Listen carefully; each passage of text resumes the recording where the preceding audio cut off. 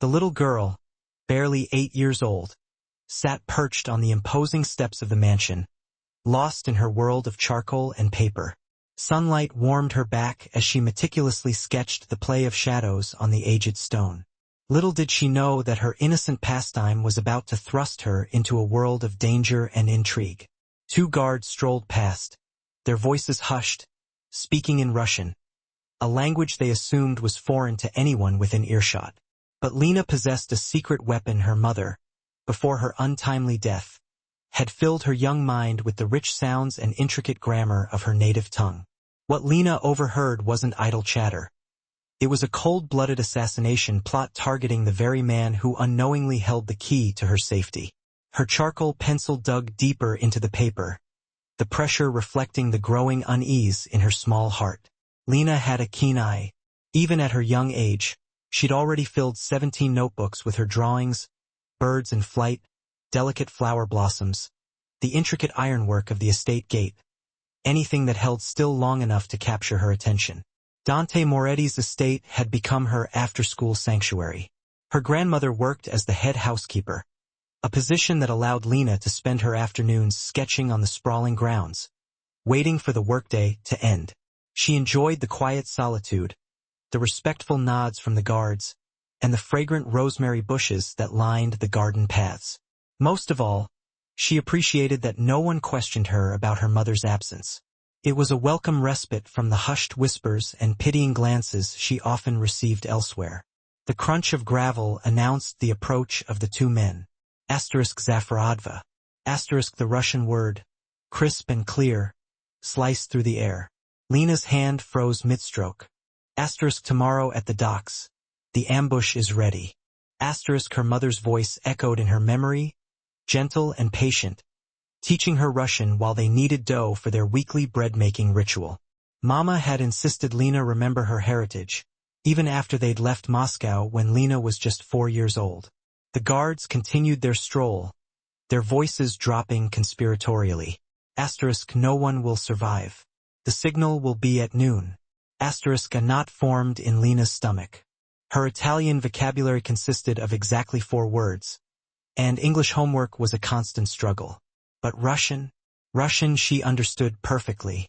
It was the language of her heart, the language of her memories, and now the language of impending doom. One of the guards glanced back, his eyes locking onto hers for a fleeting, unsettling moment. Lena immediately averted her gaze, forcing her trembling hand to continue sketching. She drew a crooked flower stem, then another, trying to appear as innocent as possible. Don't look up. Just keep drawing. The guard's footsteps stopped. A tense silence hung in the air. Did the girl hear us? She's just a child. She understands nothing. Footsteps approached, heavy and deliberate. Lena kept her head down, adding petals to her flower with exaggerated concentration. Her heart hammered against her ribs, a frantic drumbeat threatening to betray her. A shadow fell across her notebook. "Pretty picture," the guard said in heavily accented English. His voice was laced with a false friendliness, a chilling undercurrent that sent shivers down her spine. "Thank you," Lena whispered, barely audible. "You draw here every day." She nodded, not trusting herself to speak further. "You speak Russian?" The question hung in the air like a drawn blade. Lena looked up, feigning confusion. "What?" The guard scrutinized her for a long moment, his gaze piercing and unsettling. His partner called out from near the gate, and finally he stepped back, the tension easing slightly. "Nothing. Enjoy your drawing." She waited until their footsteps faded completely before she dared to breathe properly. A wave of nausea washed over her. Her grandmother always spoke of Mr. Moretti with a mixture of respect and trepidation. She'd seen important-looking people come and go, heard hushed whispers about the family business, and watched guards patrol the grounds with weapons barely concealed under their jackets. But Grandma also insisted that Mr. Moretti was a fair man. He paid well, treated his staff with respect, and when Grandma's arthritis flared up last winter, he'd sent his personal doctor without being asked. Those men weren't talking about flowers. Tomorrow at the docks. An ambush. No survivors. Lena closed her notebook with trembling hands. She shouldn't get involved. She was just a child, barely able to reach the light switch. What did she know about guard conversations or dock meetings or ambushes? But her mother's face appeared in her mind, smiling, braiding Lena's hair, teaching her the Russian alphabet on the back of old envelopes. Gagdatis's nish perduia gel tesu chasnikum. Mama used to say, when you know the truth, silence makes you an accomplice. Lena gathered her things slowly, her mind racing. Maybe she'd misunderstood. Maybe docs meant something else in guard speak. Maybe Dan's not Moretti. Won't even know what killed him. The voice drifted from the guard station near the east wing. One of those same men laughing with someone over a radio. Lena's decision crystallized. She tucked her notebook under her arm and walked toward the main entrance, trying to appear nonchalant. The older guards knew her, barely glancing away as she slipped inside. The mansion's interior always felt overwhelming. Towering ceilings, marble floors that echoed with every footstep, portraits of stern-faced men watching from gilded frames. Lena stuck to the edges, navigating the labyrinthine hallways she'd memorized over months of afternoon visits. Mr. Moretti's office was on the second floor, past the library, third door on the left. She'd never actually been inside, always content to remain in the periphery. Lena climbed the curved staircase, her sneakers silent on the plush runner carpet. Voices echoed from somewhere below, staff preparing dinner, probably. A phone rang in a distant room, its shrill tone cutting through the silence. The hallway stretched before her, elegant and intimidating. She was being stupid. Mr. Moretti was a busy man, a powerful man. He had meetings, important business, real problems to deal with. He wouldn't want to be bothered by a little girl who thought she'd overheard something scary. But what if those men really were planning to hurt him? Lena's fist rose, hesitated, then knocked 3 times on the heavy wooden door. Silence. She knocked again, her knuckles rapping against the polished surface. Enter.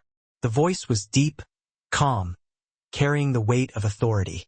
It was the voice of someone accustomed to being obeyed. Lena pushed the door open. Dante Moretti sat behind a massive mahogany desk, reviewing papers. He was younger than she'd imagined, perhaps 40, with dark hair graying at the temples and sharp, intelligent eyes that seemed to miss nothing. He looked up, a flicker of surprise crossing his face. Lena, he set down his pen. Is your grandmother all right? She's fine. Lena's voice came out smaller than intended. I need to tell you something. Dante studied her for a moment, his gaze unwavering, then gestured to a chair. Have a seat. She perched on the edge, clutching her notebook like a shield. What's troubling you? The kindness in his voice almost broke her resolve. This was insane. She was probably wrong about everything. Those new guards, she began, then stopped, her courage faltering. The 2 men by the east gate. Dante's expression didn't change, but something sharpened in his gaze, a subtle tightening around his eyes. What about them? They're not your men. The words tumbled out in a rush, a torrent of fear and urgency. They were talking about hurting you. Tomorrow at the docks. They said ambush. They said no survivors, they said. Slow down. Dante's voice remained calm, but his hands had gone still on the desk, his fingers drumming a silent rhythm. How do you know what they said? Lena bit her lip, her eyes welling with tears. They were speaking Russian. My mama taught me before she died. Dante leaned back in his chair, his expression unreadable.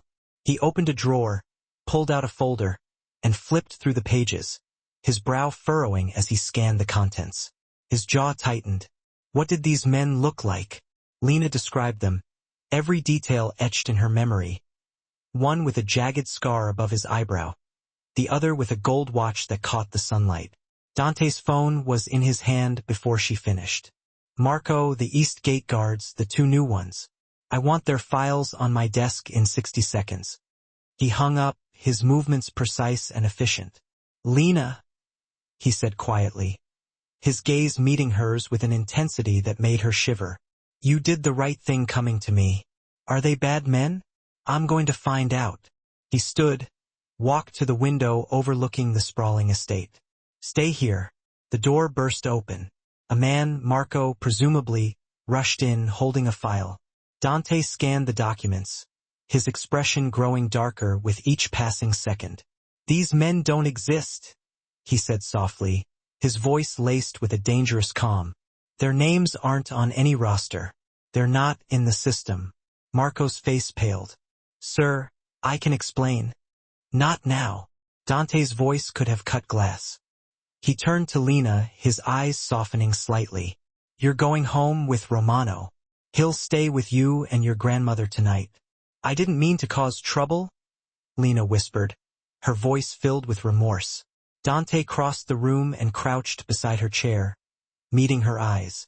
You just saved my life, little one. That's not trouble. That's a miracle.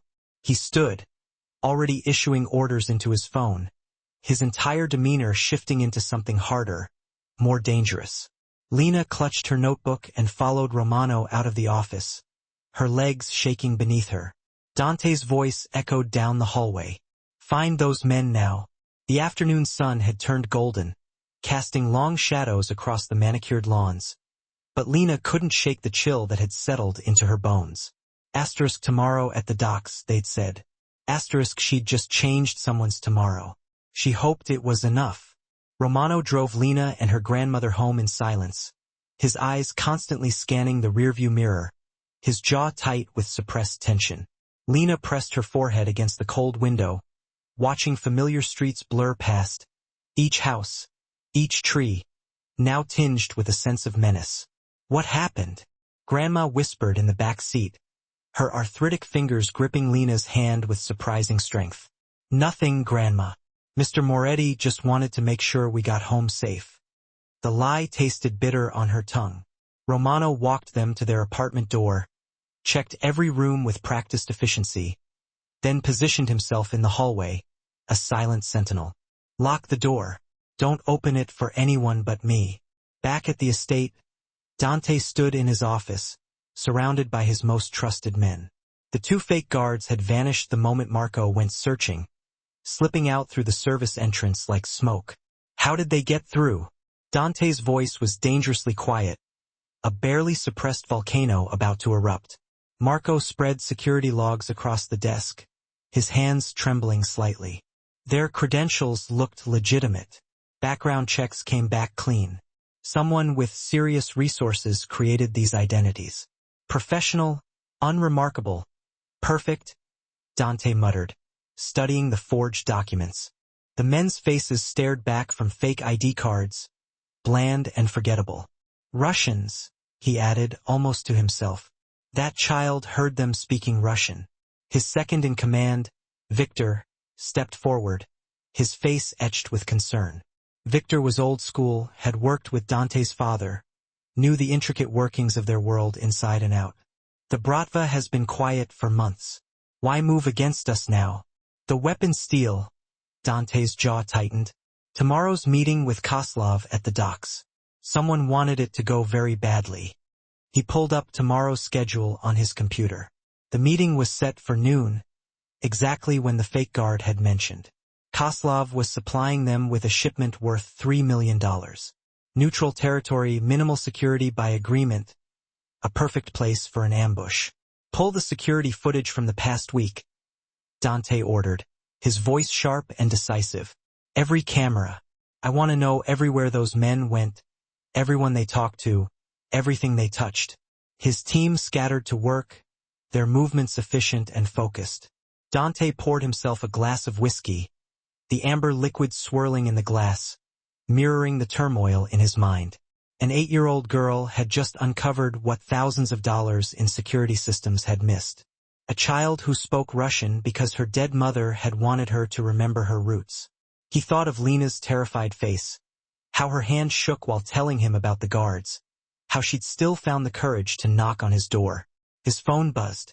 Marco. Worse, the footage showed one guard making a phone call from the garden, speaking into his cell with animated gestures. Can we pull the phone records?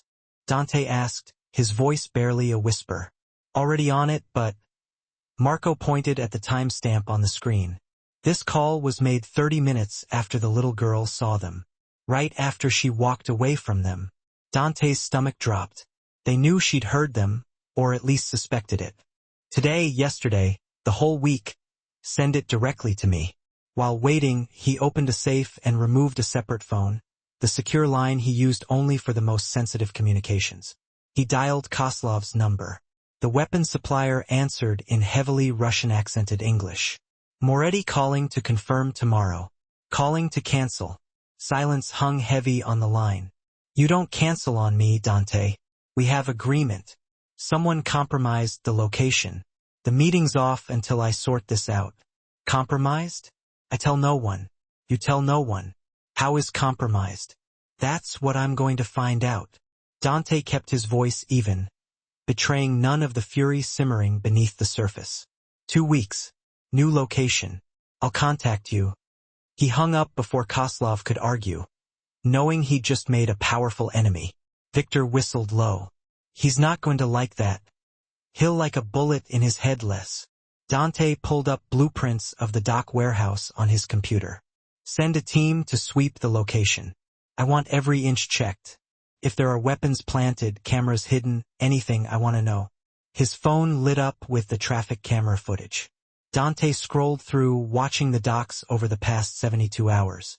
There, a black van circling the warehouse 3 times Tuesday morning. Too slow to be lost, too interested to be innocent. Marco, run this plate on it. 20 minutes later, they had the answer. The van was registered to a shell company with ties to Russian interests, the same company that owned a warehouse across town where Bratva local operations had been rumored to center. They were scouting, Dante said quietly, his voice grim. This wasn't opportunistic. This was meticulously planned. Victor cracked his knuckles, his eyes gleaming with anticipation. We hit them first. Not yet. First, we confirm the docks are trapped. Then, we find out who ordered this. Then, Dante's smile didn't reach his eyes. Then, we have a conversation about respect. He glanced at the clock. 8 p.m. Somewhere across the city, an 8-year-old girl was probably trying to sleep, unaware that she'd just unraveled a conspiracy weeks in the making. Dante pulled out his personal notebook and wrote her name at the top of a new page. Below it, protected always, then simply boss. Marco stood at the door. The sweep team is ready to move on the docks. Dante stood, buttoning his jacket, his resolve hardening with each passing moment. Then let's see what gifts our Russian friends left us. As they headed out, his phone buzzed with a text from Romano. All quiet here. The girl's asleep. Good, Dante thought. Asterisk, let her sleep. Asterisk, tomorrow, someone was going to learn what happened when you threatened children who lived under his protection. The old shipping docks smelled like rust and salt water, a pungent aroma that clung to everything like a shroud. Dante's team arrived at 3 o'clock in the morning, moving through the shadows like ghosts, their footsteps silent on the cracked pavement. 6 men, all armed, all loyal, each willing to lay down their life for the man they served. The warehouse loomed against the night sky, a massive structure of corrugated metal and broken windows, abandoned for years, except when people like Dante needed privacy for business. Marco signaled from the entrance. Clear. They moved inside, flashlight beams cutting through the oppressive darkness, illuminating dust motes dancing in the air. The warehouse was cavernous, filled with old shipping containers stacked haphazardly, and rotting wooden crates that crumbled at the slightest touch. Dante's meeting was supposed to happen in the cleared center space, neutral ground. Good sight lines, only 2 entrances. Now it looked like a trap waiting to spring. Spread out, Dante ordered quietly, his voice echoing in the vast space. Check everything. Rafters, containers, ventilation shafts. If something doesn't belong here, I want to know. His men dispersed, their movements fluid and coordinated. Dante walked the perimeter, his senses on high alert, studying angles, assessing potential threats. Anyone positioned in those rafters would have a perfect shot at the center floor. The containers could easily conceal a dozen men. Even the rusted catwalks above offered ideal sniper positions. Boss! Victor's voice crackled through the radio, cutting through the silence. North corner. You need to see this. Dante found him behind a stack of pallets, pointing his flashlight at the wall.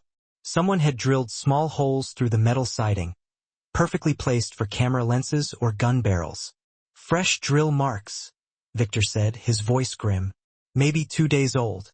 Marco's voice came through the radio, tight with tension. Boss, we got movement. Northwest catwalk. Everyone froze. Dante killed his flashlight and pressed against a container, melting into the shadows. Hand signals sent his men into position, their movements precise and silent, surrounding the catwalk's access ladder. A figure descended, boots scraping against the metal rungs, the sound amplified in the stillness of the warehouse. Now, Dante commanded, his voice a low growl.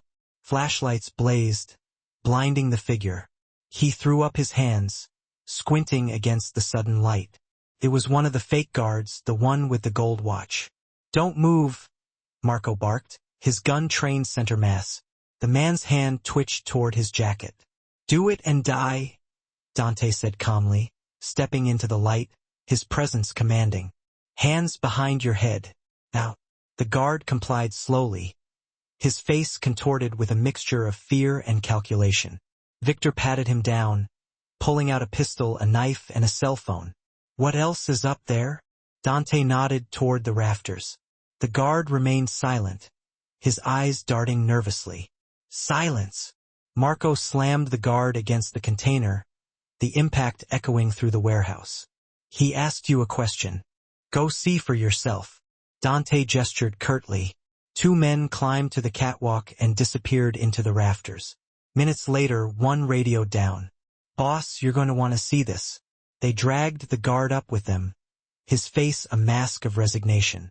Dante climbed into the metal framework, his dress shoes inappropriate for the rusted beams, but his balance perfect, his movements sure and steady. The rafters had been transformed into a sniper's nest. 2 rifles lay carefully positioned, with clear views of the warehouse floor below. There were also boxes of ammunition, a tactical radio, binoculars, and something that made Dante's jaw clench. Photographs of him, Koslov, and every member of his usual security detail. You going to kill everyone? Dante said softly, his voice dangerously low. The guard spat on the floor. You're already dead. You just don't know it yet. Who sent you? Go to hell. Marco pressed his gun against the man's kneecap. Wrong answer. Wait. Dante held up his hand, his eyes narrowed, his mind racing. He pulled out the guard's phone, scrolling through the messages. Most were encrypted, but one recent text was clear. Devitka, the girl heard us. You reported back to someone, Dante said, his voice devoid of emotion. After Lena saw you, you told them a little girl overheard your plans. The guard's eyes flickered, betraying his guilt. Confirmation enough. What were your orders regarding her? Silence. Marco cocked his gun, the click echoing in the confined space. Eliminate the witness. The words burst out in Russian-accented panic.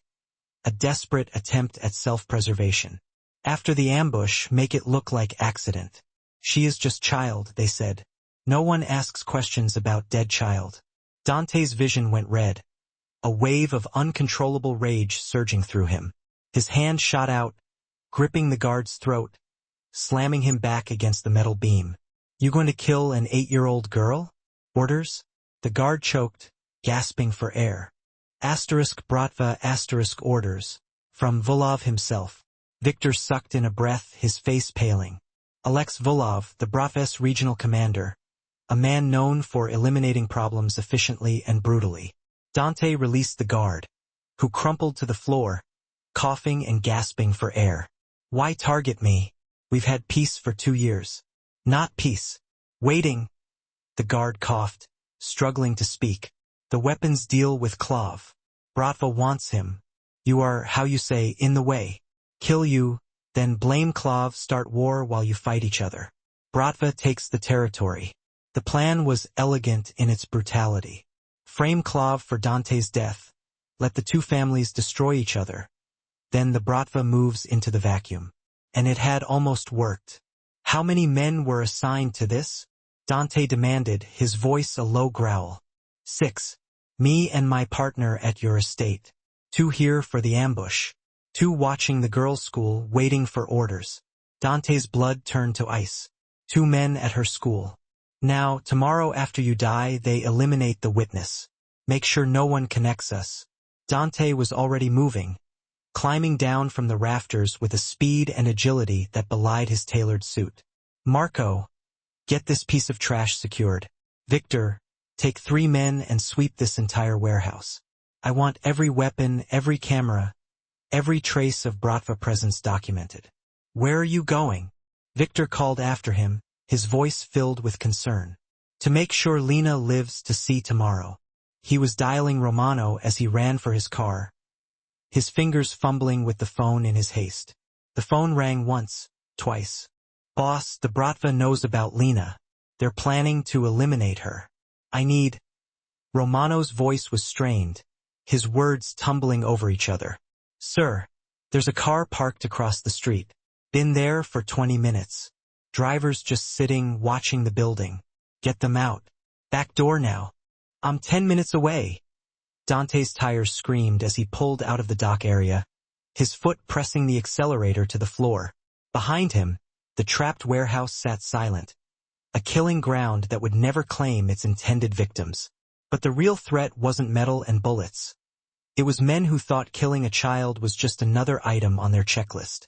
Dante pressed the accelerator harder, pushing the car to its limit, every second feeling like an eternity. Lena tried to focus on her math worksheet, but the numbers kept blurring, swimming before her eyes. She'd barely slept, haunted by the faces of those guards, their chilling words echoing in her mind. She closed her eyes, trying to block out the fear, but it was a futile effort. Lena, Mrs. Patterson touched her shoulder gently, her voice filled with concern. Are you feeling all right? Just tired, Mrs. Patterson, she mumbled, avoiding eye contact. Her teacher studied her with a knowing gaze. Mrs. Patterson had kind eyes and always noticed when something was wrong, a gift honed by years of experience. Why don't you help me organize the art supplies? Give yourself a break from numbers. Lena nodded gratefully, relief washing over her, and followed her to the back of the classroom, away from the daunting equations. Outside, 2 men in maintenance uniforms walked past the playground fence. One carried a toolbox, its metal glinting in the afternoon sun. The other a clipboard, its surface filled with indecipherable scribbles. They looked official enough, gray coveralls, worn work boots, ID badges clipped to their pockets. But they weren't fixing anything. The man with the clipboard paused near the kindergarten entrance, his eyes scanning each child that passed with unnerving intensity. Too focused, too systematic. Mrs. Patterson happened to glance out the window while Lena sorted colored pencils. Something about those men pricked her instincts, a feeling she couldn't quite articulate, but couldn't ignore. She'd taught for 15 years, long enough to recognize when something felt off, a subtle dissonance that set her on edge. Lena, stay here a moment. Mrs. Patterson walked to the classroom phone and dialed the front office, her movements quick and decisive.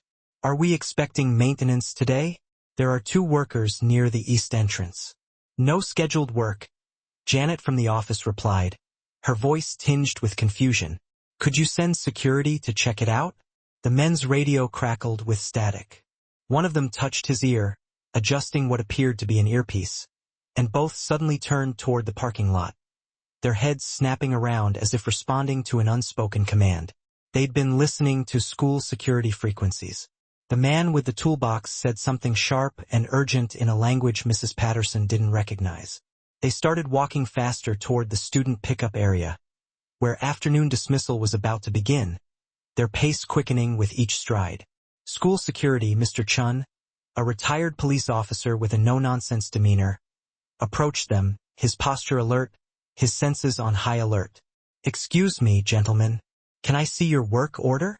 The men exchanged glances, their eyes darting nervously. Work order, Mr. Chun repeated, his hand resting casually near his hip, where Lena knew he kept pepper spray. "We go get from truck," one man said in heavily accented English, his voice strained. They turned and walked briskly toward a white van parked on the street, their movements lacking the easy confidence of legitimate workers. Mr. Chun pulled out his phone, photographing their license plate as they climbed in, his suspicions confirmed. The van pulled away quickly, too quickly for workers who supposedly had legitimate business on school grounds. Inside, Mrs. Patterson's phone buzzed. "Janet from the office. Those men left." Mr. Chun got their plate. "Very strange. They had no work order, no explanation. Should we call the police?" "Yes," Mrs. Patterson said immediately, her voice firm. Then softer, more urgent. "And call Romano, the man who's been watching Lena's grandmother's building." Romano answered on the first ring, his voice tight with anxiety. When Mrs. Patterson explained about the men, his tone hardened, his words clipped and precise. "Keep Lena inside. Lock classroom doors. I'm calling Dante now." 3 minutes later, Dante's car screeched into the school parking lot, its tires squealing in protest. Romano was right behind him, his face grim, his eyes scanning the area with laser focus. They found Mr. Chun at the security office, reviewing camera footage, his brow furrowed with concern. "There," Mr. Chun pointed at the screen, his finger tracing the path of the two men. They were scanning faces.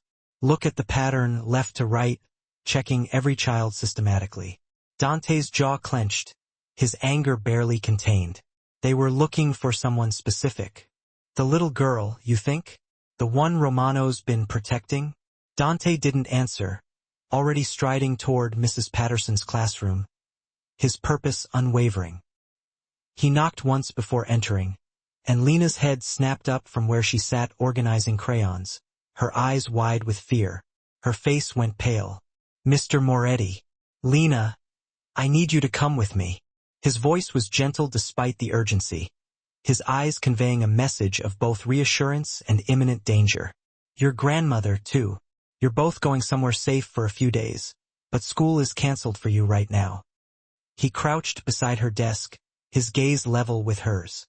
"Remember those men you told me about? Their friends came looking for you today."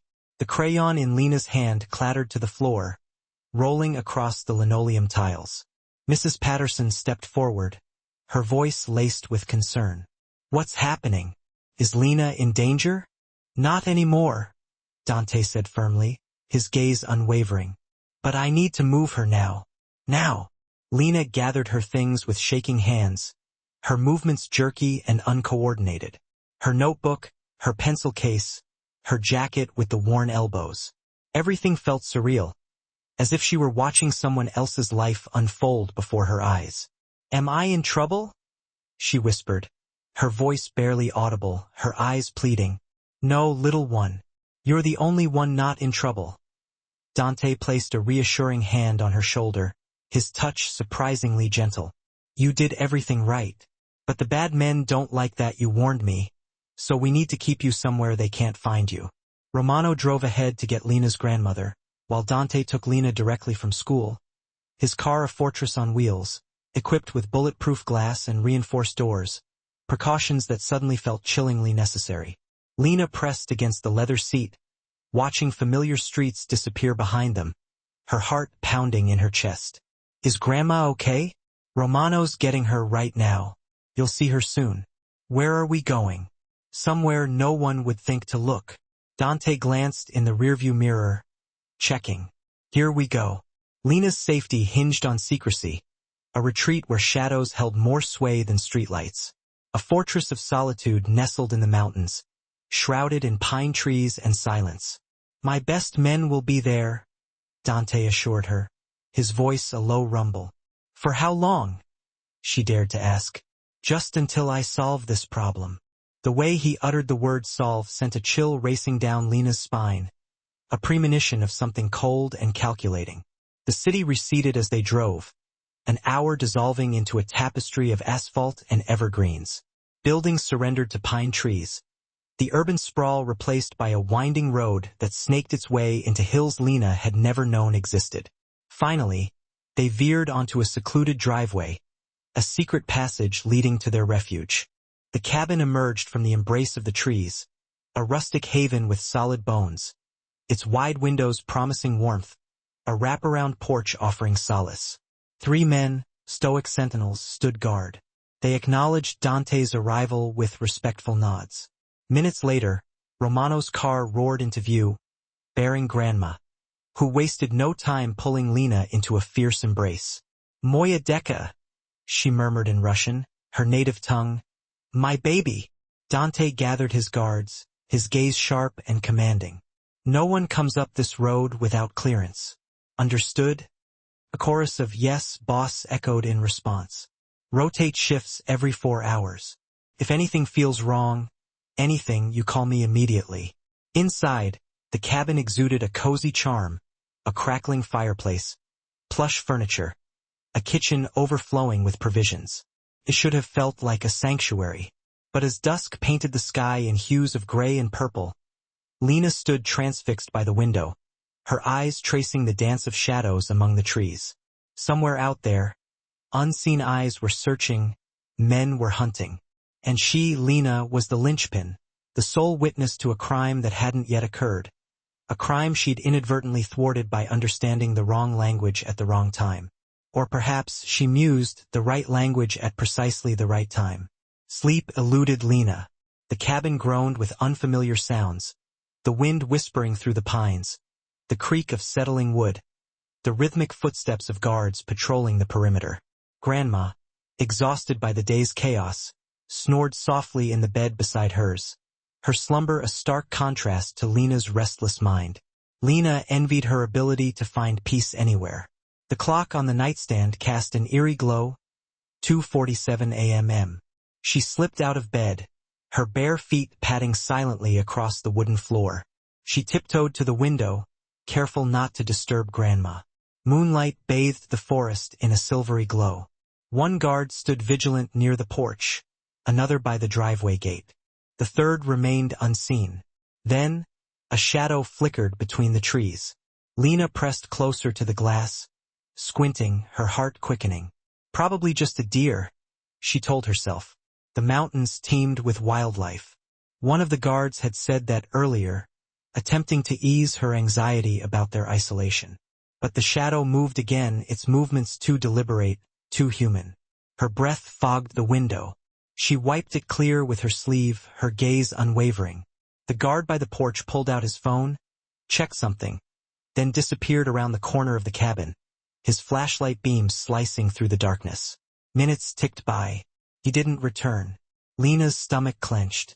Maybe he was checking the generator. Maybe there was a back door. Maybe. Then, a shattering sound erupted from downstairs. Glass splintered and crashed. Grandma bolted upright, her eyes wide with alarm. What was that? Before Lena could answer, footsteps pounded up the stairs, growing louder with each step. The remaining guard burst through their door, gun drawn, his face etched with urgency. "Get down now." He shoved them both behind the bed as gunfire exploded outside. Sharp, quick bursts, the marks of professionals. Not the wild, indiscriminate shooting from action movies.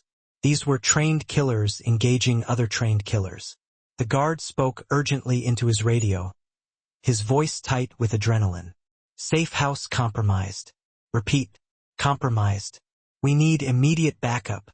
The window exploded inward, showering them with shards of glass.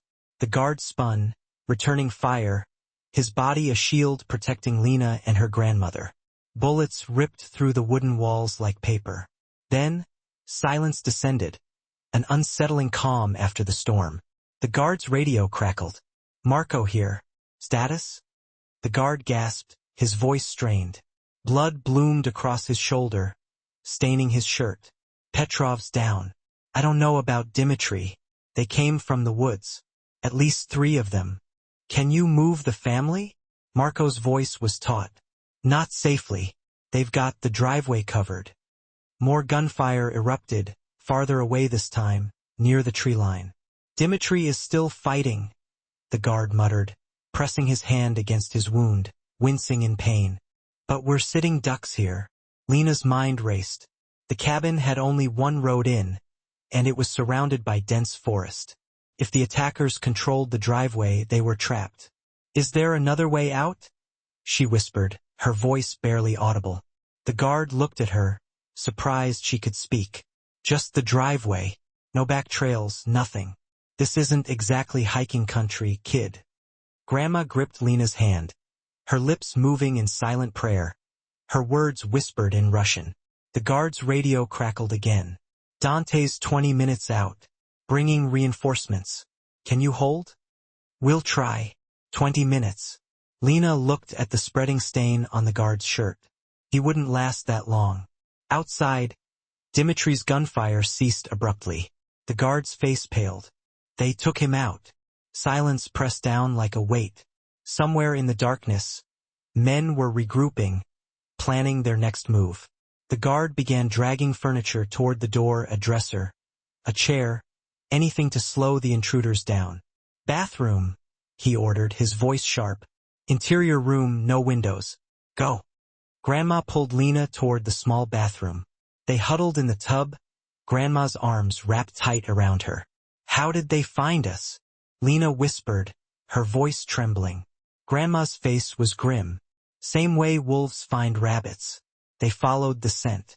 More footsteps approached, circling the cabin, testing defenses, searching for weaknesses.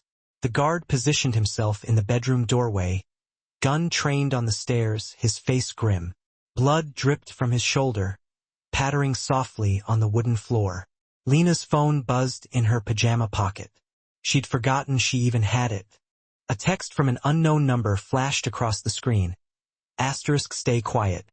Help coming. Then the lights went out. The entire cabin was plunged into darkness. Someone had cut the power. "Don't move," the guard hissed. "Don't make a sound." Lena held her breath, her heart pounding in her chest. Grandma's heart hammered against her back. Footsteps echoed on the porch, slow, confident. The front door creaked open. They'd picked the lock. 2 sets of footsteps moved inside, navigating the ground floor, opening doors, searching. One voice spoke in Russian. "Upstairs. They're hiding upstairs." The stairs groaned under the weight of approaching footsteps. The guard fired twice. Someone cursed in pain. Return fire lit up the darkness, muzzle flashes like deadly fireflies. The guard stumbled backward into the bedroom, still shooting. "Stay down!" he yelled, his voice strained. Then his gun clicked empty. Lena heard him fumble for another magazine. The metallic sound amplified in the darkness. She heard heavy boots rushing up the final stairs. She heard Grandma's whispered prayer reach a crescendo. Then, car engines roared outside. Tires crunched on gravel. Doors slammed. Dante's voice sliced through the chaos. "Federal backup. Stand down." The footsteps on the stairs hesitated. "You're surrounded." Dante's voice echoed through the darkness. "Drop your weapons and come out. This is your only chance." A moment of terrible silence hung in the air. Then, gunfire erupted again, but this time from outside. Dante's reinforcements were overwhelming the attackers. The firefight lasted 30 seconds, maybe less. When silence finally returned, it felt fragile, easily broken. "Clear!" someone shouted. Lights flickered back on, powered by a generator kicking into life. Dante appeared in the bedroom doorway, gun drawn, fury etched across his face. His eyes found Lena huddled in the bathtub, and something in his expression softened. "You're safe now," he said quietly. But Lena saw the bodies being dragged from the cabin. She saw the blood pooling in the hallway. She saw the wounded guard being treated by medics who had arrived with Dante's convoy. Safe felt like a word that had lost all meaning.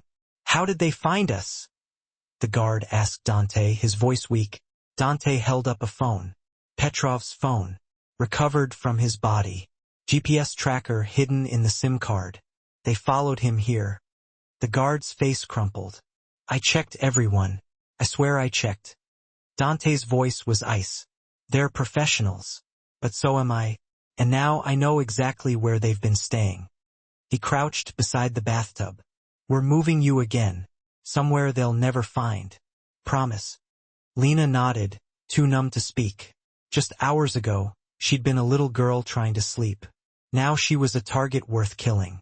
The underground bunker beneath Dante's family vineyard smelled of earth and old wine. Stone walls, reinforced doors, air filtration systems built during the Cold War by Dante's grandfather, updated with modern security. Lena sat on a cot wrapped in blankets while Grandma made tea in the small kitchenette. No windows down here. No way for anyone to see in or track them. Sleep if you can, Dante said gently. You're safe now. I guarantee it. You promised that before? Lena whispered, the words hitting him harder than any accusation. Dante's jaw tightened. You're right. I underestimated them. That won't happen again. He climbed the stairs back to the vineyard's main house, where his entire operation had assembled. Maps covered the dining table. Laptop screens glowed with surveillance footage. 20 men, all armed, all waiting for orders. Marco stood at the table's head, organizing intelligence. Boss, we pulled data from the tracker they planted. It shows 3 locations they've been frequenting. He pointed to the map. Red circles marked 3 spots across the city. Here, an abandoned motel on the east side. They've been there every night this week. Here, the warehouse district 2 blocks from the docks. And here, a house in the suburbs registered to a shell company we traced back to the Bratva. Dante studied the locations. How many men are we looking at? Best estimate? 8 to 12. The 2 fake guards, the team from the cabin, plus support, and Volov. No confirmation he's in the city, but his lieutenant, Sergei Kosine, has been spotted at the suburban house. Dante's smile was predatory. Then that's where we start. Victor stepped forward. Simultaneous raids. Hit all 3 at once. Exactly. They've been hunting Lena across the city. Now we show them what it feels like to be prey. The teams assembled quickly, 8 men for each location, coordinated timing, clear objectives, capture anyone alive if possible, secure evidence, and eliminate the threat permanently. Rules of engagement? One lieutenant asked. Dante's voice was flat. They tried to kill a child. There are no rules. At 6:47 a.m., 3 teams moved into position. Team 1 surrounded the motel, a decrepit building with peeling paint and broken neon signs. The Bratva men were sleeping in rooms 12 and 13, confident that no one had tracked them. They were wrong. Marco kicked in the first door. Don't move. One man reached for a gun under his pillow. He didn't make it. The second man raised his hands immediately, shouting in Russian. Team 2 hit the warehouse simultaneously.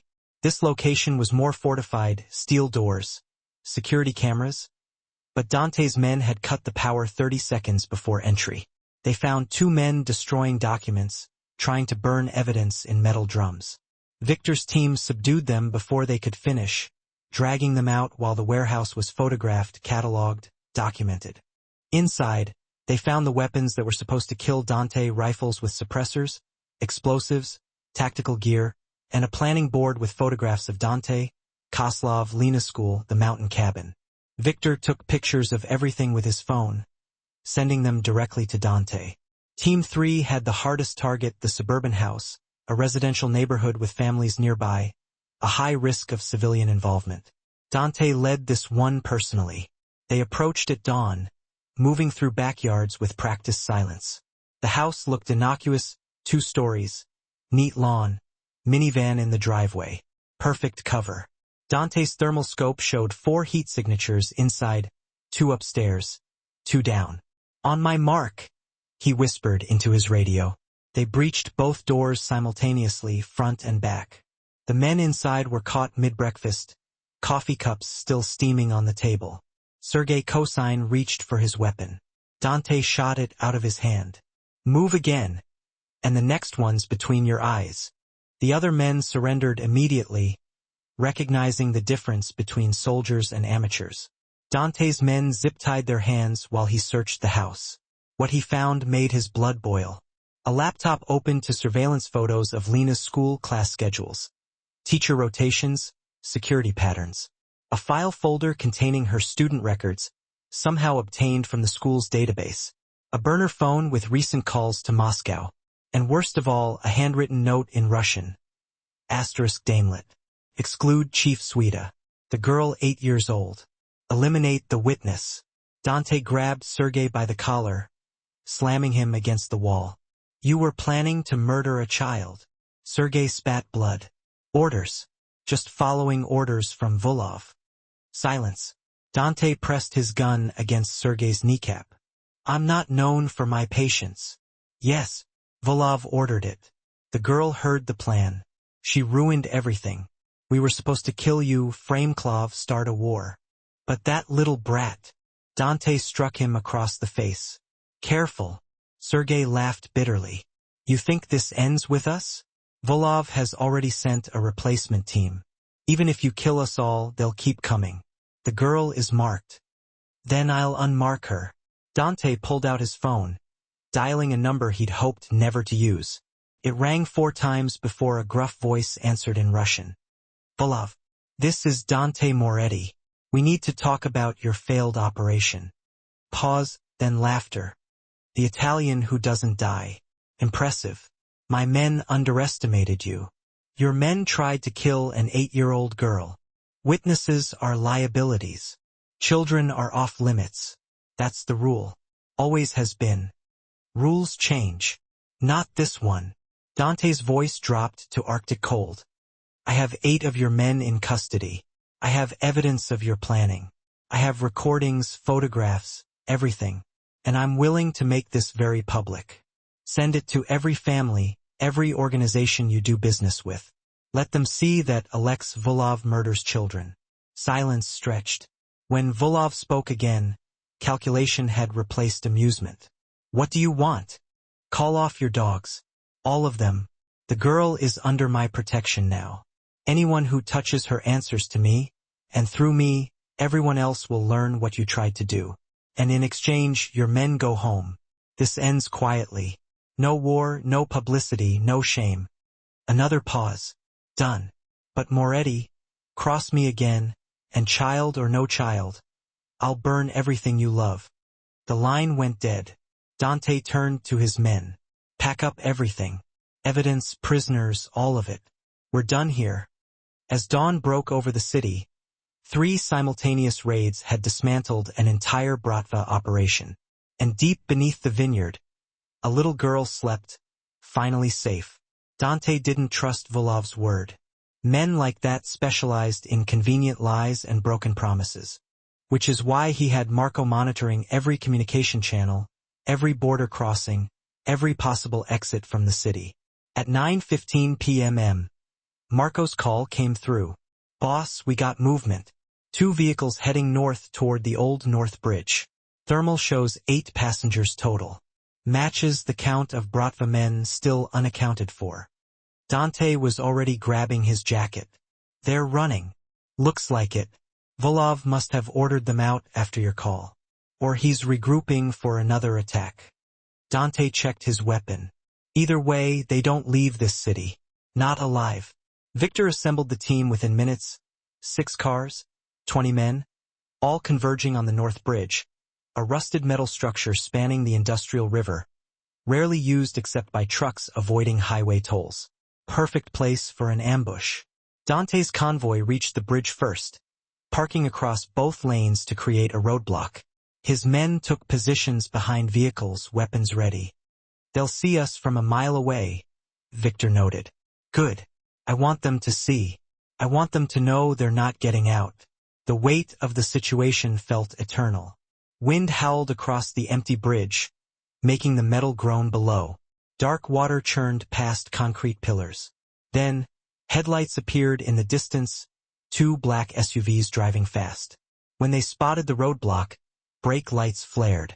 The vehicles slowed but didn't stop. They were calculating, deciding whether to ram through or turn back. Dante raised a megaphone. This is your only warning. Stop the vehicles and step out. Hands visible. The lead SUV's window rolled down. Someone shouted back in Russian, Let us pass, Moretti. Volov gave his word. We're leaving. You should have left before you hunted a child. We followed orders. So did the men at Nuremberg. Dante's finger rested on his weapon's trigger. Last chance. Surrender or die here. For a moment, nothing moved. The wind carried the smell of river water and rust. Then, the lead SUV's engine roared. They were going to ram the blockade. Light them up, Dante ordered. Gunfire erupted from both sides of the bridge. Dante's men targeted tires first, controlled shots that shredded rubber and sent the vehicle spinning sideways. The lead SUV crashed into the bridge railing, metal screaming. The Bratva men bailed out, returning fire. Muzzle flashes lit up the darkness like deadly fireworks. Suppress and advance, Victor shouted.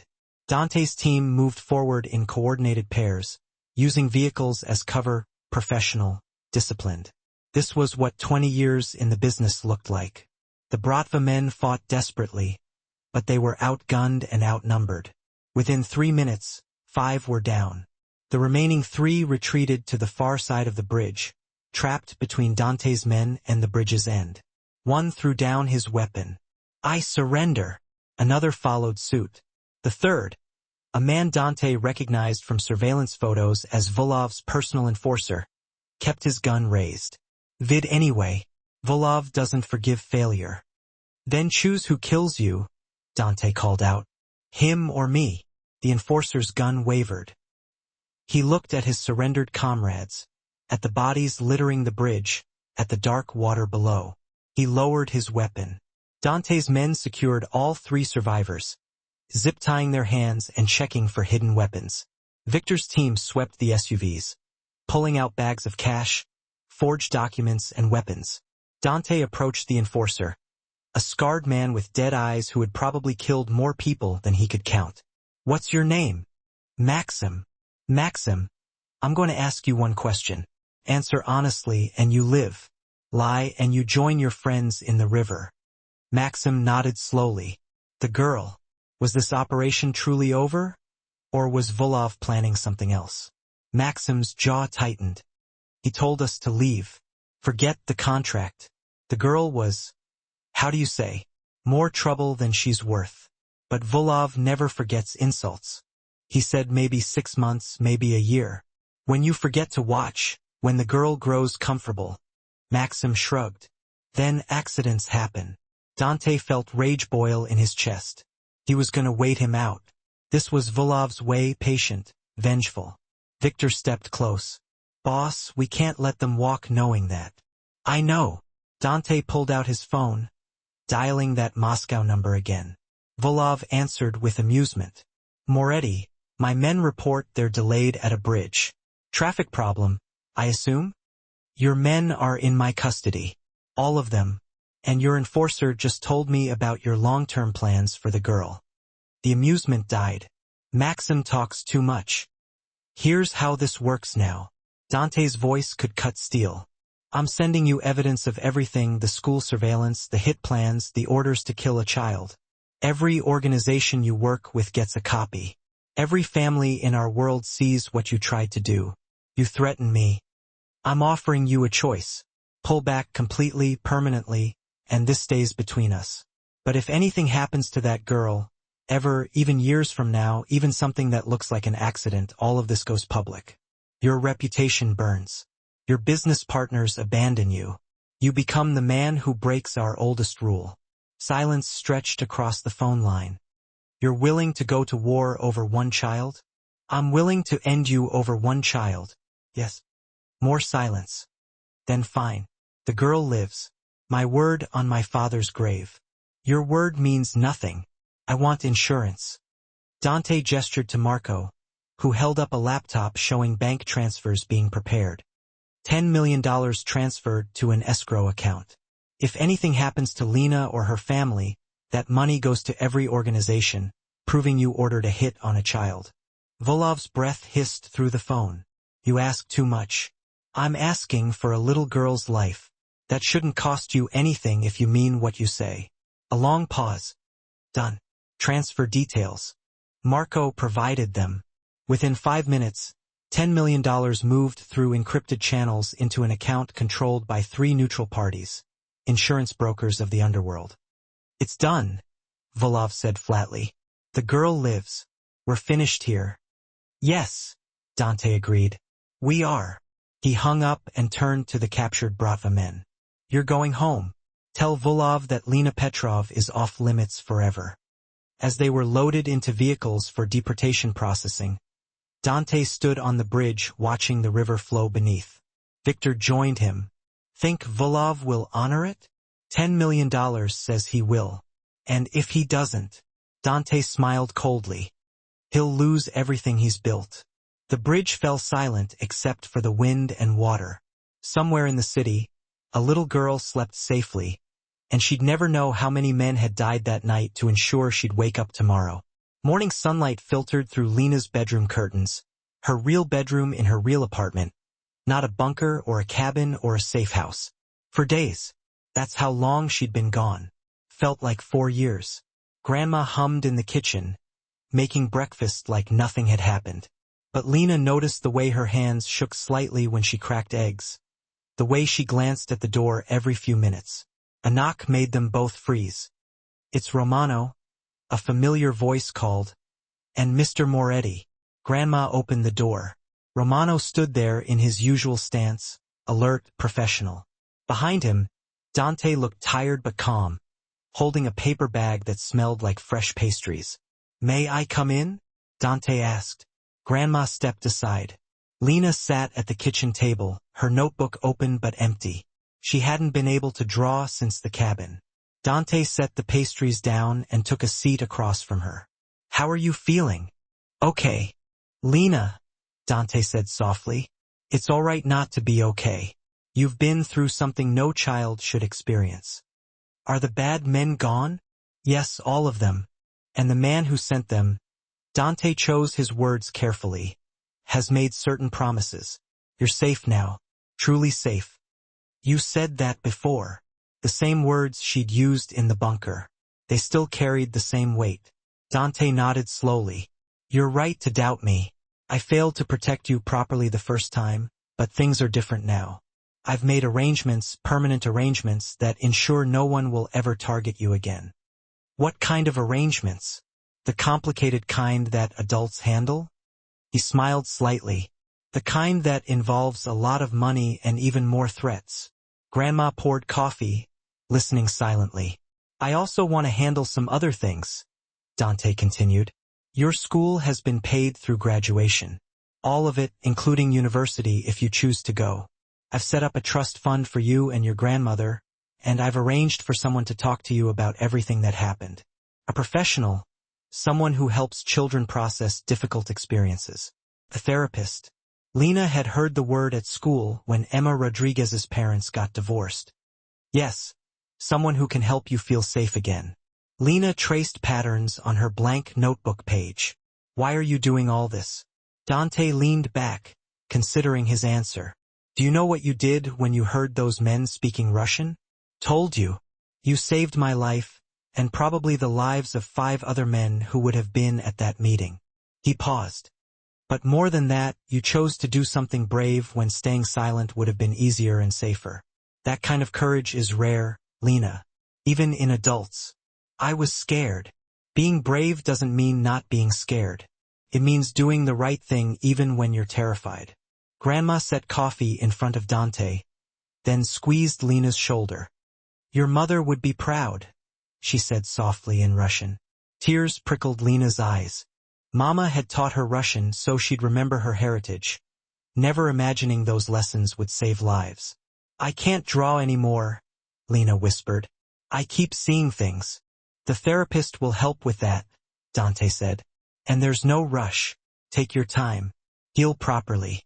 He stood, preparing to leave.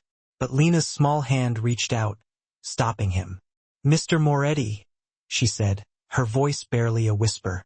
Will you really make sure nothing bad happens to us? He met her gaze, his dark eyes softening almost imperceptibly. I promise you, Lena. I give you my word. He reached into his impeccably tailored jacket, retrieving a business card. With a pen, he scribbled a number on the back, the ink a stark contrast to the crisp white. This is my personal phone. Anytime, day or night. If you feel unsafe, if you're worried, you call me. I will answer, always. Lena accepted the card, her fingers trembling slightly as she clutched it. It felt strangely heavy, like a talisman against the shadows that haunted her waking hours. After Dante Moretti finally departed, the scent of his expensive cologne lingering in the small apartment, Grandma quietly opened the pastry bag he'd brought. Inside nestled chocolate croissants, Lena's absolute favorite, their flaky layers glistening with melted chocolate. They ate in comfortable silence, the warmth of the oven a stark contrast to the chill that had permeated their lives. He's a dangerous man, Decca, Grandma murmured eventually, her brow furrowed with concern. But I think he is also a man of his word. Do you think Mama would be angry that I accepted his help? Lena considered this, her brow furrowed in concentration. Your Mama would understand that good and bad aren't always simple things. That man, he saved our lives. And you saved his, she added, her lips curving into a gentle smile.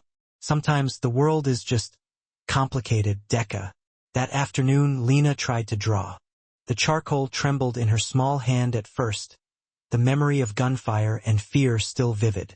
But slowly, carefully, she sketched a small figure, a man in a dark suit, his posture radiating an aura of quiet power.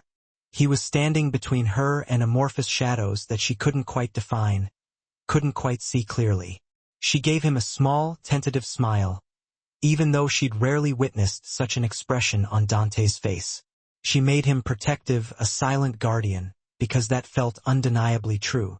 She made him important because somehow, impossibly, he had become just that. 3 days later, Romano was gone, replaced by 2 new guards. They were men who dressed like ordinary neighbors, blending seamlessly into the background. Yet their eyes missed nothing. They were there when Lena walked to school, their presence a silent reassurance. They were there when she came home, their watchful gazes a constant comfort. They were even there at night, when Lena couldn't sleep and peeked out her window, their silhouettes visible beneath the glow of the streetlight. The therapist, Dr. Chun, a kind woman with a warm smile and gentle questions, helped Lena navigate the labyrinth of her fear. She helped her unpack the trauma, to find words for the horror of the gunfire, the suffocating sensation of being hunted. You're not prey, Dr. Chun said softly during their 3rd session, her voice soothing. You're a survivor, Lena. There's a difference. Profound one. Slowly, painstakingly, Lena began to feel like herself again. The nightmares began to recede, replaced by dreams of ordinary things. She started drawing flowers and birds instead of lurking shadows, the vibrant colors filling the pages of her sketchbook. She started sleeping through the night, her small body finally finding peace in the darkness. 2 months later, Dante Moretti visited again. This time, Lena had prepared something special for him, a silent offering of gratitude. It was a drawing, carefully rendered with charcoal and pastels. A portrait of a man standing guard over a small girl who was engrossed in her drawing, her brow furrowed in concentration. Is this me? Dante asked, his voice uncharacteristically hesitant as he studied the careful lines, the subtle shading. You said you'd protect me, Lena replied softly, her eyes meeting his. I wanted to show you that I believe you. Something shifted in Dante's expression, a flicker of surprise, perhaps even a hint of emotion, that softened the harsh lines of his face. He carefully rolled up the drawing, handling it with unexpected gentleness. May I keep this, Lena? Lena nodded, a small smile gracing her lips. Thank you, little one, he said, his voice low and sincere. Thank you for everything. As he left, Lena retrieved her notebook, her fingers tracing the images she had created. The world was a dangerous place. She understood that now, but it also held people who kept their promises, who stood between you and the darkness. She sketched her grandmother in the kitchen, the warmth of her love radiating from the page. She drew Romano standing watch outside, a silent sentinel. She added flowers to the windowsill, their vibrant colors a small act of defiance against the encroaching shadows, because they made everything feel a little bit prettier, a little bit safer. And in the corner of one page, barely visible, she drew a dark-suited figure walking away, fading into the distance. Someone who had changed her life irrevocably by allowing her to change his. Outside, the two guards maintained their positions, their vigilance unwavering. They would be there tomorrow and the day after and every day following because Dante Moretti kept his promises. And Lena Petrov finally could just be 8 years old again.